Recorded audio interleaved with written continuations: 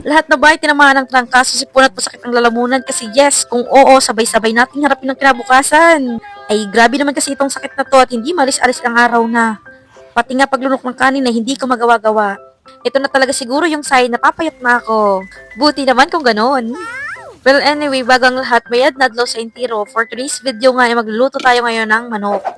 Ito sa lahat ng ulam ang pinaka-paborito ng kaibigan kong nagngangalang si Asin. Pag nakikita niya talaga tong ulam na to ay kinikilig-kilig siya. Kaya every time na nagluluto kami ng paanang manok, siya palagi yung naaalala ko. Kasi halos maiyak-iyak ba naman yung pag nakakita ng ganito. Parang ang sarap niya tuloy na lutuan ng ganito pag nandito na siya sa Bicol. Ingat-ingat pala sa mga biyahe galing Manila to Bicol kasi grabe ang traffic ngayon.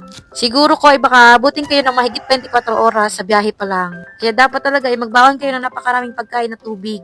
Para hindi na kayo bili ng mga pagkain sa daan at mahal pa naman. Pero kung ayaw nyo na maipit sa grabing traffic, mas mabuti siguro na mag-book na lang kayo ng flight.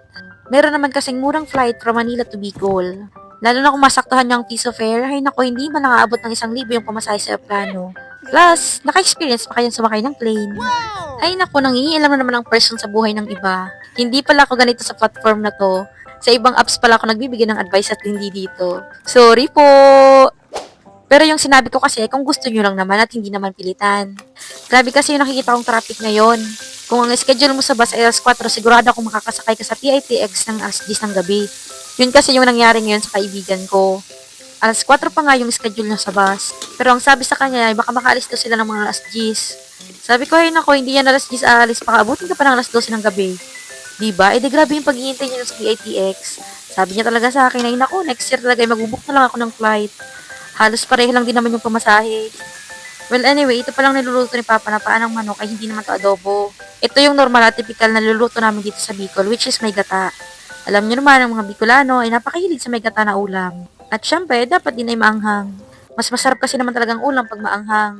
Parang mas nai-enhance niya kasi yung lasa mismo ng ulam.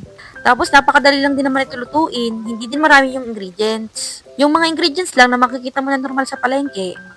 Tapos ito din yung mga ordinaryong gulay na nililibot sa amin dito palagi. Kumakain ba kayo ng ganito?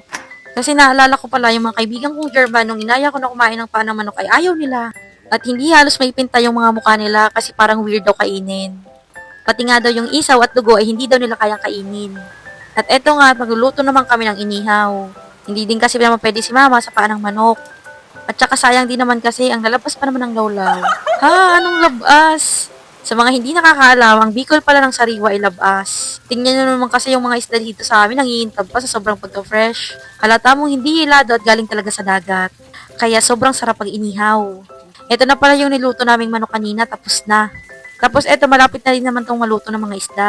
Mabilis lang din naman kasi ito maluto at masarap nito yung hindi masyado tostado. Yung parang medyo tumutulo-tulo pa yung taba ng isda. Mas masarap kasi yung ganun para sa amin dito.